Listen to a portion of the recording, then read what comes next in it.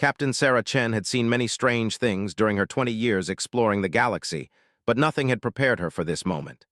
The massive crystalline cavern stretched before her team, its walls pulsing with an ethereal blue light that seemed to breathe with life itself.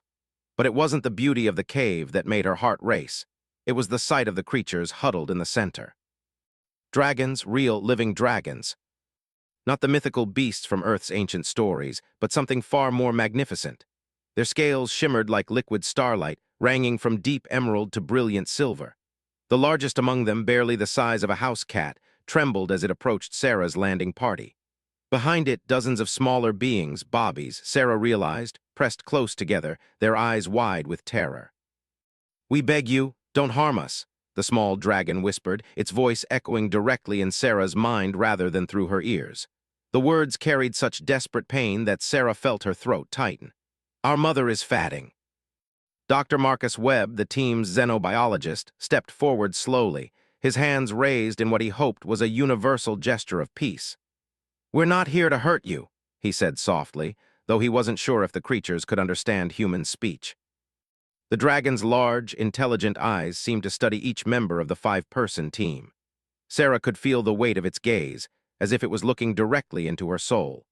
Behind the dragon, she could see a massive form lying still in the shadows, something so large that Sarah's mind struggled to process its full size. "You speak the common tongue," the dragon said, its mental voice filled with surprise. "But you are not like the others who came before. You carry no burning weapons. You bear no hatred in your hearts." Lieutenant James Rodriguez, their security officer, exchanged a worried glance with Sarah. "Others?" he asked. "What others?" The dragon's scales darkened, shifting from silver to a deep, troubled purple. "The destroyers came many cycles ago. They brought fire and death to our world. They hunted us across the stars, claiming our bodies held the secret to eternal life. They were wrong, but they destroyed everything we had built." Sarah felt a chill run down her spine. She had heard whispers of such things in the outer colonies, stories of a race that harvested other species for their supposed magical properties. The Galactic Council had dismissed them as myths, but standing here now, Sarah wondered if those stories had been more truth than fiction. Engineer Lisa Park, ever practical, activated her scanner and frowned at the readings. "Captain, I'm detecting massive energy signatures from the larger creature, but the patterns are wrong. It's like the energy is slowly bleeding away." The young dragon noticed their attention turning to the shadows and let out a soft, mournful sound. "That is our mother, the last of the ancients. She has protected us for 3,000 of your years, but her life force grows weak. Without her, we will fade as well." Dr. Webb knelt down to be at eye level with the dragon, careful not to make any sudden movements. "What do you mean by fade? Are you sick?" "We are not like other beings," the dragon explained, its mental voice growing weaker. "Our life is tied to the great mothers. When they die, their children follow. It has always been this way, but Mother is the last of her kind. When she passes, all dragons will cease to exist." The weight of this revelation hit the team like a physical blow. They were witnessing the end of an entire species, possibly one of the oldest in the galaxy. Sarah looked around at the baby dragons, counting at least 40 of them, all doomed to die when their mother finally succumbed. "How long?" Sarah asked quietly. "Perhaps one of your days, maybe two," the dragon replied. "She fights to stay, but even her great strength has limits." Sarah made a decision that would change everything. "Take us to her." The dragon hesitated, its scales shifting through a spectrum of colors Sarah didn't recognize. "She is very large. Your kind might fear her." "We've come this far," Sarah said firmly. "We're not leaving without trying to help." The dragon studied her for a long moment, then turned and began walking toward the shadows. "Follow, but speak softly. Mother rests, and waking her causes great pain." As they moved deeper into the cavern, Sarah began to understand the true scale of what they were approaching. The walls around them weren't walls at all. They were the sides of a living creature so massive that her mind struggled to comprehend it. The blue light they had seen came from patterns along what must be the mother dragon's skin, pulsing slowly like a massive heartbeat. Dr. Webb's scanner began beeping frantically. "My God," he whispered. "The energy readings. This creature is putting out more power than our ship's entire reactor core. How is that even possible?" "Mother is old," the young dragon explained. Older than your species, older than most stars in this part of the galaxy. She has seen the birth and death of civilizations, watched as worlds formed and died. Her power comes from the cosmos itself. They rounded a curve in the cavern, and Sarah gasped. Before them lay the head of the mother dragon, easily the size of their entire landing shuttle. Even in her weakened state, the ancient being radiated power and wisdom. Her scales, each one larger than Sarah herself, shifted through colors that had no names in any human language. One massive eye opened, focusing on the human visitors with an intelligence that made Sarah feel like a child standing before a living goddess. When the mother dragon spoke, her voice filled their minds with the weight of eons. So, the young race has finally found us. I wondered when your kind would venture this far from your small blue world. Sarah found her voice, though it came out as barely more than a whisper. You know about Earth. A sound like distant thunder rumbled through the cavern, the mother dragon's laughter. I was already ancient when your star was young, little one. I have watched your species grow from scattered tribes to explorers of the void. You have such potential, such fire in your spirits. Dr. Webb stepped forward, his scientific mind overriding his awe. The young ones say you're dying. Is there anything we can do to help? The great eye focused on him, and Sarah could feel the mother dragon's attention like a warm sun on her skin. Your machines cannot heal what time has done to me, young scholar, but your presence here, it is not coincidence. The cosmos has patterns, and sometimes those patterns bring exactly what is needed at the right moment. We don't understand, Lieutenant Rodriguez said, his voice tight with the strain of standing in the presence of such overwhelming power. My children believe they will die when I pass, the mother dragon explained, her mental voice growing softer. They think their lives are tied to mine because that is what I have told them. The truth is more complex. They have the power to survive without me, but they do not know how to access it. They need guidance, teaching, a new purpose. Sarah felt her heart rate increase. You want us to take care of them. Not take care of, the mother dragon corrected gently. Partner with them.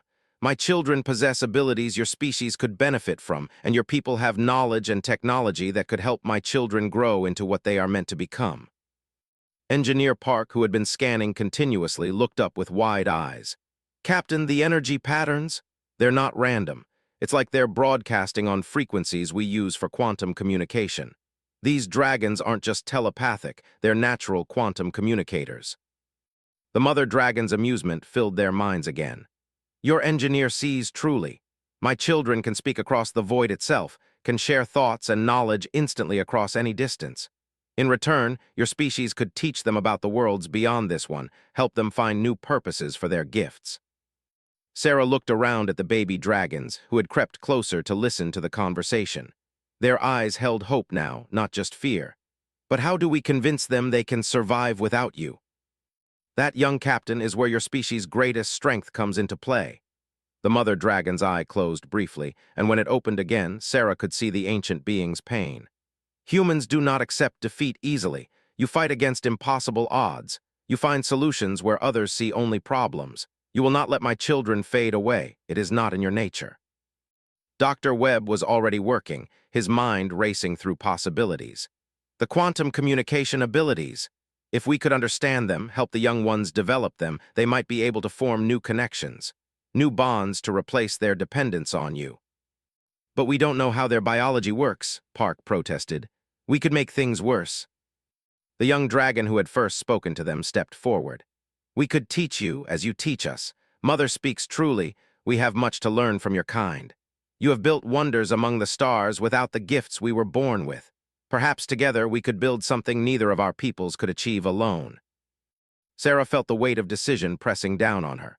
Her mission had been simple exploration, mapping new systems for potential colonies. She had never expected to become responsible for the survival of an entire species.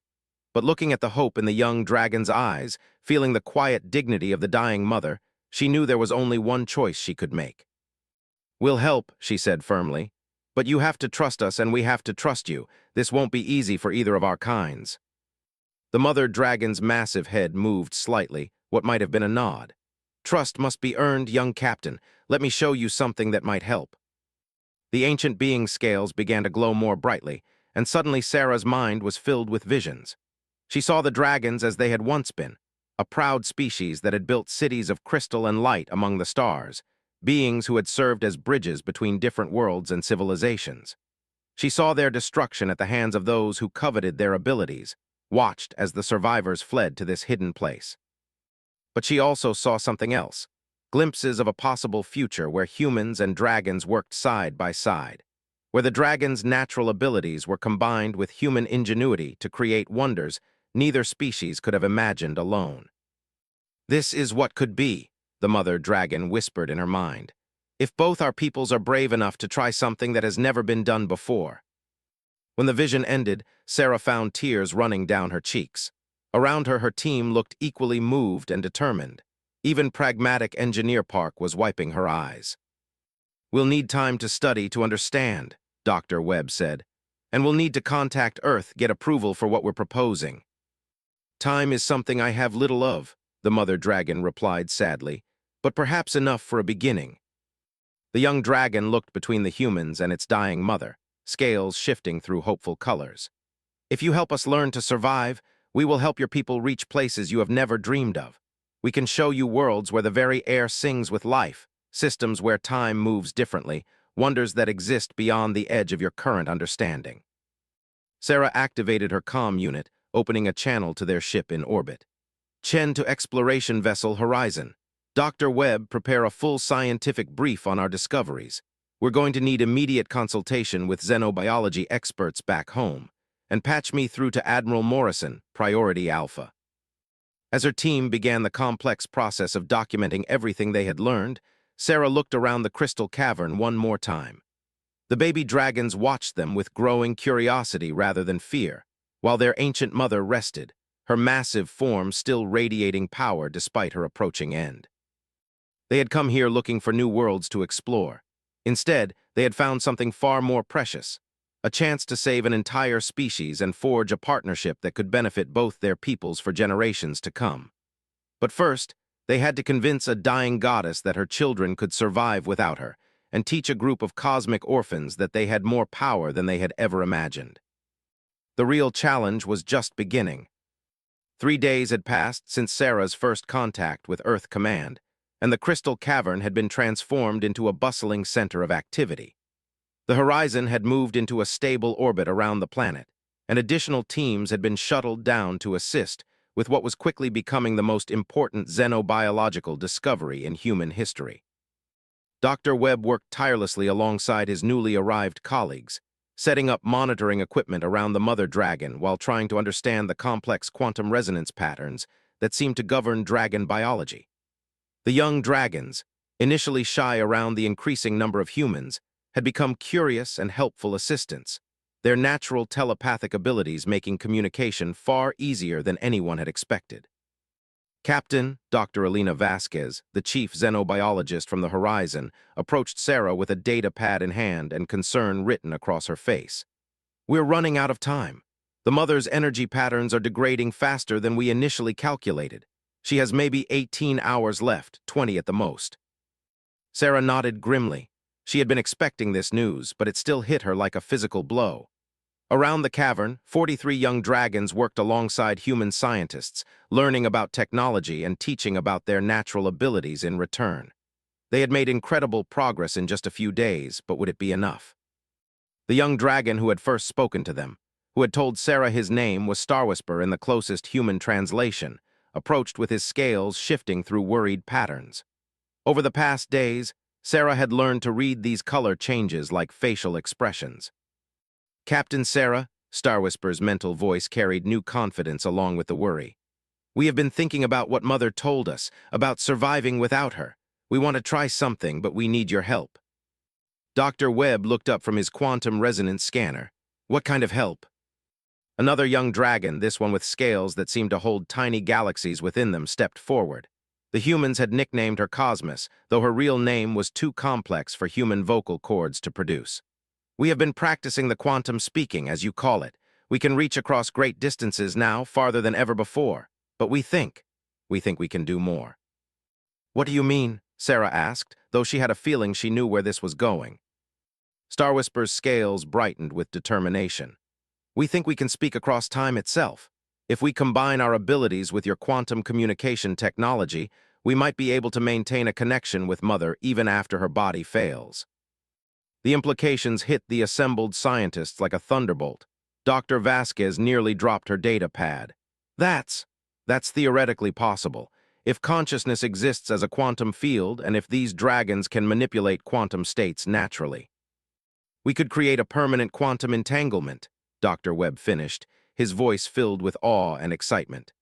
Not just preserving her consciousness, but allowing the young ones to access her knowledge and wisdom indefinitely. But Engineer Park, ever practical, raised the obvious concerns. The power requirements would be enormous. Our ship's reactor couldn't sustain that kind of quantum manipulation for more than a few hours. Cosmos stepped forward, her scale patterns shifting to show complex mathematical concepts that the humans' computers were still learning to translate. We do not need your machines to provide the power. We need them to focus it, to give it direction and purpose. The power comes from us, from the connection between all living things. Over the past days, Sarah had seen the dragons demonstrate abilities that defied everything humans thought they knew about physics. They could phase through solid matter, manipulate gravitational fields on a small scale, and communicate across distances that should have been impossible. If they said they could power a quantum entanglement strong enough to preserve consciousness across the barrier of death, Sarah was inclined to believe them. Even if it's possible, Dr. Vasquez said carefully, the process could be dangerous for the young ones. We don't fully understand their biology yet. The mother dragon, who had been resting silently through most of the discussions, stirred. Her massive eye opened, focusing on the gathered humans and dragons. The risk is acceptable. My children are stronger than they know. And you humans, you have shown them something I could not. You have shown them that survival is not about avoiding risk. It is about facing it with courage and wisdom. Over the past 3 days, the mother dragon had shared more of her memories with the human team. Sarah had seen the rise and fall of civilizations, witnessed the birth of stars and the death of worlds. The mother dragon had lived for millions of years, accumulating knowledge and wisdom that represented the history of the galaxy itself. Losing that knowledge would be a tragedy beyond measure. But more importantly, Sarah had come to understand that the mother dragon wasn't just the last of her kind. She was a repository of everything the dragon species had ever learned or experienced. What do we need to do? Sarah asked. Dr. Webb was already working, his hands flying over his equipment as he began configuring the ship's quantum communication array. We'll need to create a resonance chamber here in the cavern. Something that can amplify and focus the dragon's natural abilities while providing a stable quantum field matrix. And we'll need all the young ones working together, Star Whisper added. This is not something any of us could do alone, but together with your technology to help us focus our abilities. It might just work, Cosmos finished, her scales now showing patterns that looked remarkably like hope. The next 12 hours were a blur of activity. Engineers and scientists from the horizon worked alongside the dragons to construct a complex array of quantum field generators around the mother dragon's resting place. The young dragons practiced linking their consciousness together, creating a network that grew stronger with each connection. Sarah watched in amazement as the dragons demonstrated their ability to share not just thoughts, but emotions, memories, and even sensory experiences.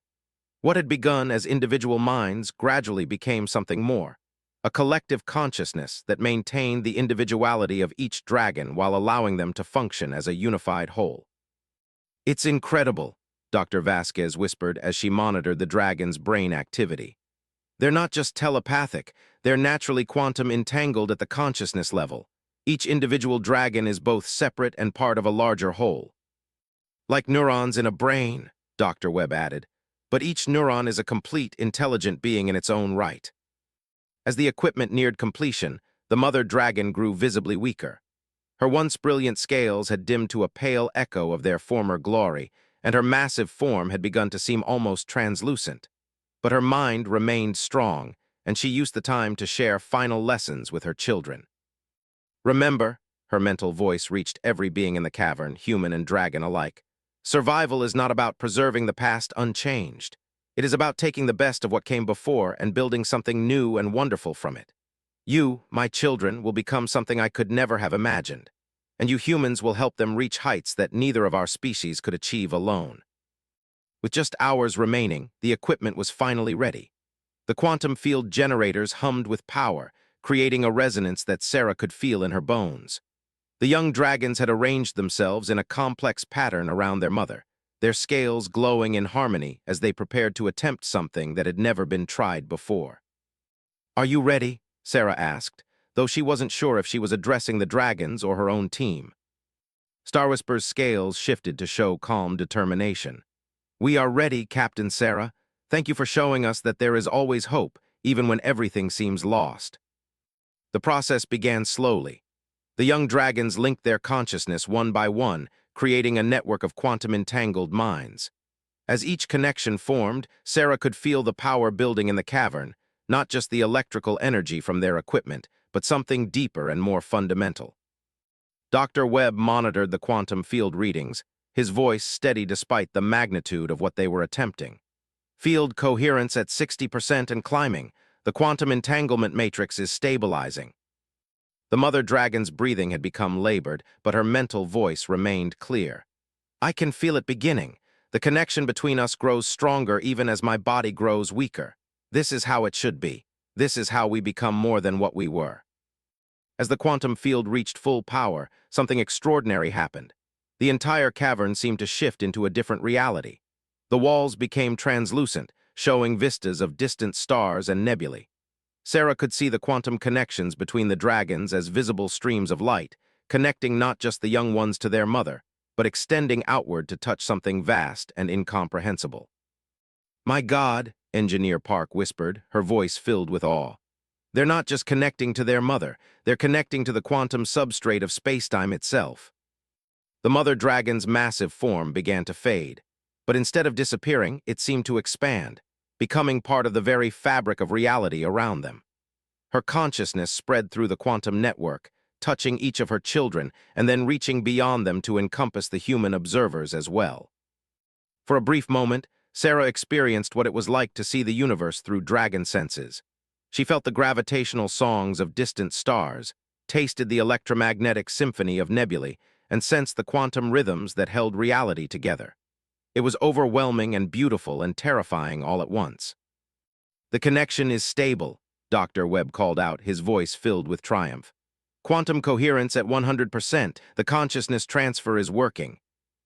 As the mother dragon's physical form finally faded away completely, her voice echoed one last time through the minds of everyone present. "I am not gone. I am everywhere. And now, my children, you understand that you can be everywhere too. Use this gift wisely. Build something wonderful." The young dragons stood in stunned silence for a moment, their scales shifting through every color of the spectrum as they processed what had just happened.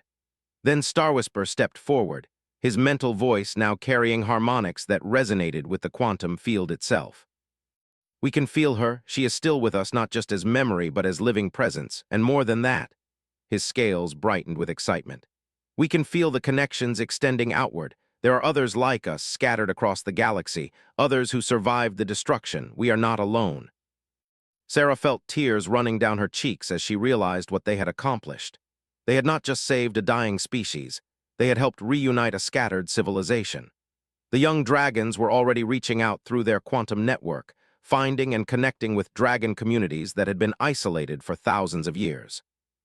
"Captain," Dr. Vasquez said softly, "I think we've just witnessed the birth of something entirely new. A quantum-linked species that exists partially in normal space and partially in the quantum substrate itself. They're going to be able to do things we can't even imagine."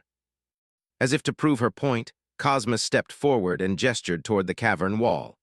Reality seemed to ripple, and suddenly the wall became transparent, showing a perfect view of the horizon in orbit above them.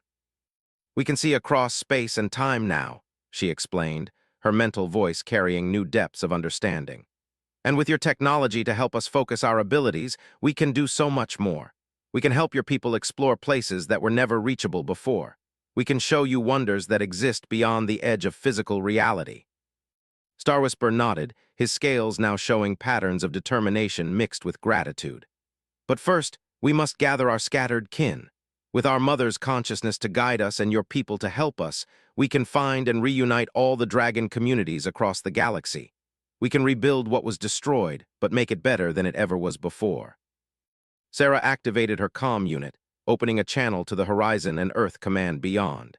Chen to Admiral Morrison. Mission status update. We have successfully preserved the consciousness of the mother dragon and established stable quantum entanglement with the surviving young.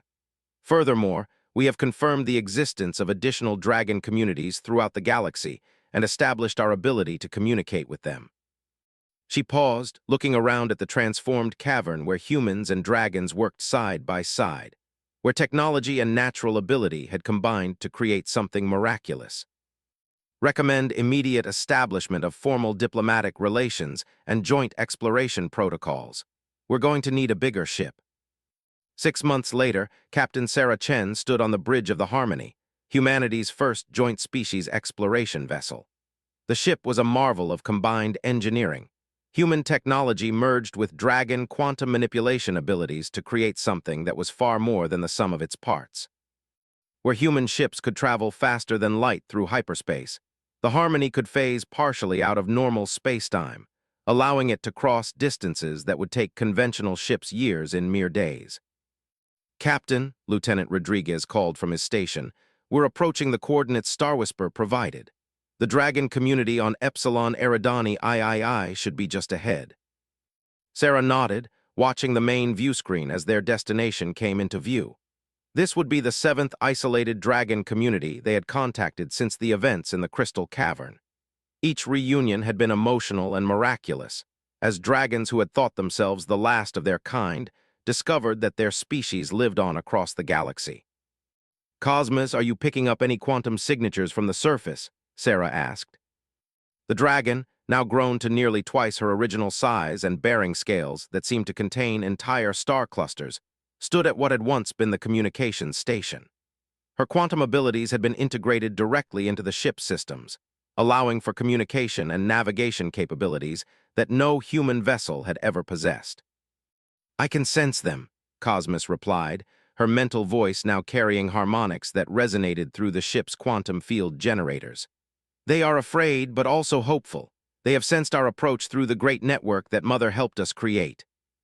Over the past 6 months, the rescued dragons had grown in ways that amazed and delighted their human partners. Fed by the quantum connection to their mother's consciousness and encouraged by human ingenuity, they had developed abilities that neither species could have imagined alone. They could now project their consciousness across vast distances, manipulate matter at the quantum level, and even influence the flow of time in small localized areas. Dr. Webb, what are we reading on the surface? Sarah asked. The xenobiologist, now bearing the official title of Human-Dragon Relations Specialist, looked up from his enhanced sensor array. It's remarkable, Captain. The dragons down there have been using their abilities to terraform parts of the planet. They've created entire ecosystems that exist partially in normal space and partially in quantum dimensions. The biodiversity readings are off the charts. They've been busy, Star Whisper added, his mental voice carrying amusement. His own growth had been the most dramatic of all. He now served as the primary liaison between the dragon communities and human space command, and his scales had developed patterns that could interface directly with human computer systems. This community has been isolated for over 2,000 years. They've had time to experiment. Sarah activated the communications array, opening channels on both conventional radio frequencies and the quantum networks that the dragons used. This is Captain Sarah Chen of the Joint Exploration Vessel Harmony. We come seeking our dragon friends in peace and friendship. The response came almost immediately, both as radio transmission and as quantum thought burst that Cosmos translated for the human crew. We had heard the stories through the quantum echoes, a voice said, filled with wonder and disbelief. Is it true? Are there really others like us still alive among the stars? More than alive, Star Whisper responded directly through the quantum network. We thrive, we grow. We have found new purposes and new friends among the humans. Come, let us show you what we have built together. The reunion on Epsilon Eridani III was unlike any of the previous ones. This community had consisted of only 12 adult dragons, but they had spent their isolation years developing abilities that astounded even the experienced crew of the Harmony. They had learned to create stable portals through quantum space, allowing instant travel between points that were light years apart. It's incredible, Dr. Webb breathed as he watched the demonstration. One of the local dragons, an ancient being named Voidwalker, had opened a portal that showed a clear view of Earth's moon hanging in space. They've essentially created stable wormholes using nothing but their natural quantum manipulation abilities. Not nothing, Voidwalker corrected gently, his mental voice carrying the weight of centuries. We used the patterns that Mother taught us long ago, combined with knowledge we gained from studying the quantum fluctuations in this system. But seeing your human technology gives us new ideas, new possibilities. Engineer Park, now serving as the Harmony's chief integration officer, was practically vibrating with excitement. The applications are limitless. If we can combine your portal technology with our navigation systems, we could create an instantaneous communication and travel network spanning the entire galaxy. As the days passed, Sarah watched with amazement as dragons and humans worked together to explore possibilities that neither species had dreamed of alone. The Epsilon Eridani dragons shared their portal technology, while the humans provided advanced computers and sensors that allowed for precise targeting and stabilization of the quantum rifts. But it was the personal connections that meant the most to Sarah. She watched as young dragons who had never seen others of their kind played and learned together, their scales shifting through joy patterns that painted the ship's corridors in living rainbows. She saw human crew members develop almost telepathic understanding with their dragon partners, working together with an efficiency and harmony that seemed almost magical. Captain, Cosmos approached Sarah during her off-duty hours. I have been thinking about what we are building here. It is more than just cooperation between our species. It is evolution. We are becoming something new. Sarah looked out through the observation deck's transparent aluminum windows at the planet below, where human and dragon teams were working together to establish the first permanent joint research facility. What do you think we're becoming? Something that neither of our peoples could have become alone, Cosmos replied, her scales showing patterns of deep contemplation. Humans have the drive to explore, to push boundaries, to never accept that something is impossible. Dragons have the ability to see and manipulate the fundamental forces of reality. Together we can go places and do things that were never possible before, Sarah finished. But it's more than that, isn't it? We're learning from each other in ways that are changing us both. It was true. Over the past months, Sarah had noticed subtle changes in the human crew members who worked closely with dragons. They seemed more intuitive, more aware of the subtle patterns that governed reality. Meanwhile, the dragons had begun displaying traits that seemed very human: curiosity about new places and peoples, a drive to build and create, an unwillingness to accept defeat even when faced with impossible odds. Captain Chen to the bridge, Rodriguez's voice came over the comm system. We're receiving a priority message from Earth Command. Admiral Morrison wants to speak with you immediately. Sarah made her way to the bridge, where Admiral Morrison's image appeared on the main screen. Behind him, she could see several other figures, representatives from various Earth governments, and, to her surprise, several dragons, including one she recognized as an elder from the first community they had contacted. Captain Chen, Morrison began, his voice carrying unusual formality, I'm contacting you with new orders. The Joint Human-Dragon Council has reached a decision about the future of our cooperation. Sarah felt her heart rate increase. The past months had been so successful that she had almost forgotten that political considerations still applied. What kind of decision, sir?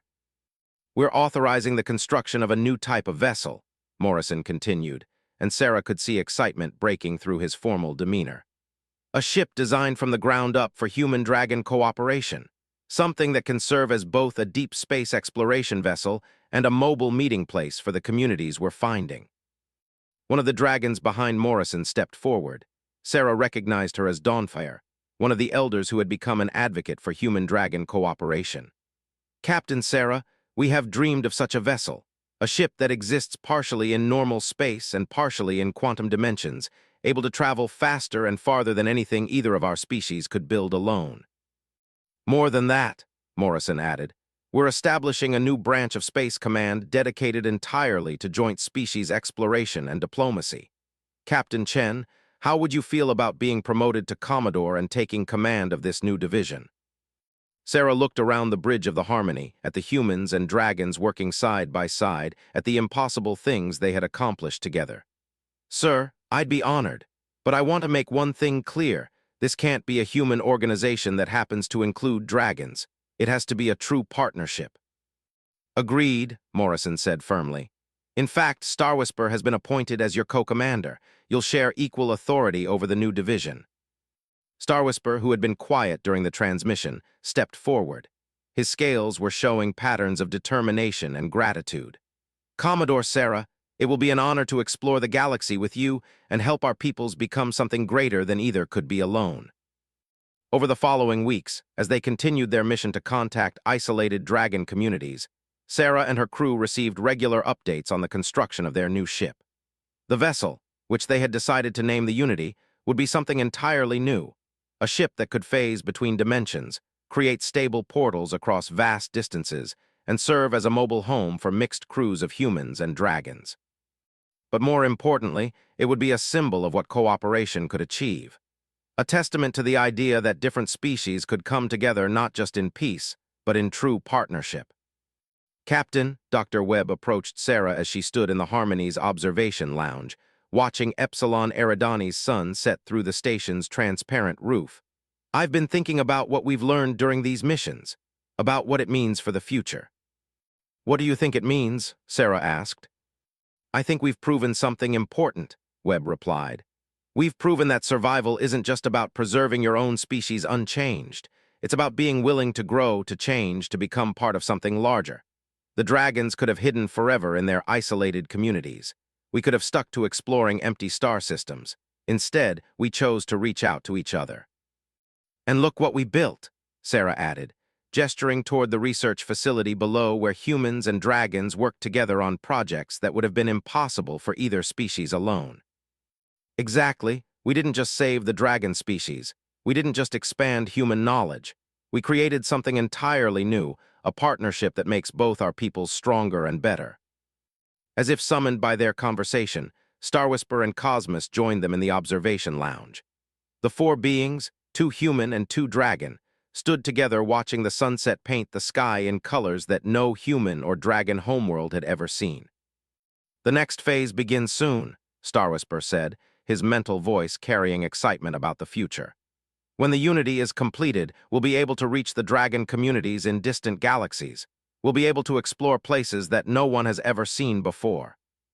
And we'll do it together, Cosmos added, her scales showing patterns of deep contentment. Not as separate species working toward the same goals, but as partners in the truest sense of the word. Sarah smiled, thinking about the young dragons who had first whispered their desperate plea in the crystal cavern.